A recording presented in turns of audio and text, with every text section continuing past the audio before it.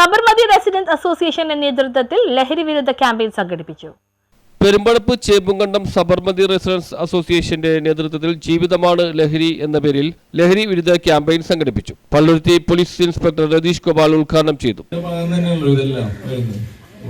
ലഹരി ഉപയോഗം ഉണ്ട്.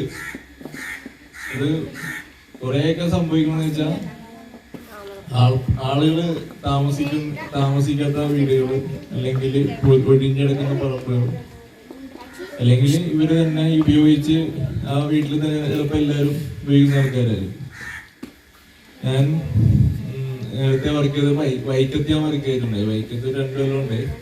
അപ്പൊ അന്നൊക്കെ ഞങ്ങൾക്ക് ഇങ്ങനെ സ്പെഷ്യൽ ഡ്രൈവ് എന്ന് പറഞ്ഞൊരു പരിപാടിയുണ്ട്. എല്ലാവരെയും ചെക്ക് ചെയ്ത് കഞ്ചാവോ വല്ല മയക്കുമരുന്ന് ഉപയോഗിക്കുന്ന ആൾക്കാരെ പിടിക്കുക.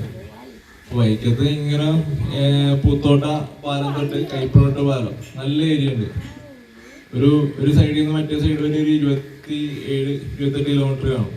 SRA പ്രസിഡന്റ് സൈനി പ്രസാദ് അധ്യക്ഷത വഹിച്ചു. ബീന ശ്രീജിത്ത് ചടങ്ങിൽ സ്വാഗതം ആശംസിച്ചു. Assistant excise inspector P. Jayachandran മുഖ്യ പ്രഭാഷണം നടത്തി. Councillor Ranjith master മുഖ്യാതിഥിയായിരുന്നു.